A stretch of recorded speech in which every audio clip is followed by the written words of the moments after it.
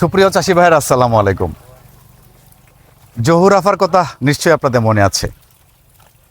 নেত্রকোনা সদর উপজেলা দক্ষিণ বিশৌরা ইউনিয়নের দক্ষিণ বিশৌরা গ্রামের জহুর আফার অসংখ্য ভিডিও আপনারা ইতিমধ্যে দেখেছেন।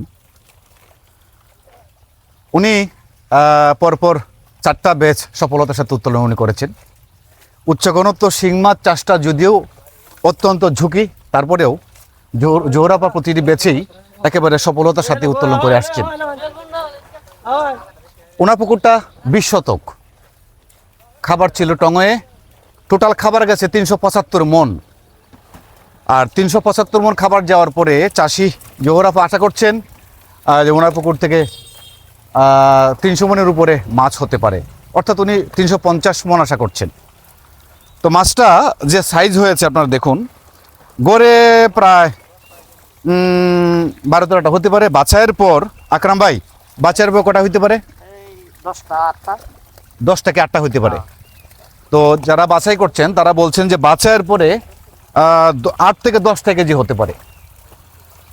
তো এই যে উচ্চ ঘনত্ব শিং মাছ চাষটা জহুর আফার প্রতিবেদন আপনারা ইতিমধ্যে বহুগুলো দেখেছেন, পরিচর্যার প্রতিবেদন দেখেছেন, মাসিক পরিচর্যাগুলো উনি কীভাবে করে থাকেন এই ধরনের প্রতিবেদন আপনারা দেখেছেন ইতিমধ্যে জহুর আফার। তো এই যে এই মাছটা টোটাল বয়স হচ্ছে 8 মাস।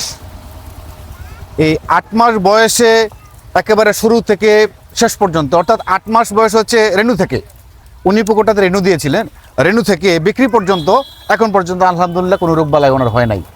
কেন রোগবালাই হয় নাই? শিং মাছ চাষ মানেই তো ঝুঁকি, রোগবালাই বেশি হয়। মানে বেশিরভাগ চাষিরাই শিং মাছ চাষ করতে এসে ঝরে যায়। এটা কারণ হচ্ছে পরিচর্যার ত্রুটি। যাদের পরিচর্যার ত্রুটি রয়েছে তাদের পুকুরে রোগবালাই হবেই। আর যদি আপনি পরিচর্যার একেবারে কানায় কানায় পরিপূর্ণ করতে পারেন, সেক্ষেত্রে আপনার রোগবালাইটা কম হবে। জহুর আফা আবার এই দিক থেকে খুবই সতর্ক।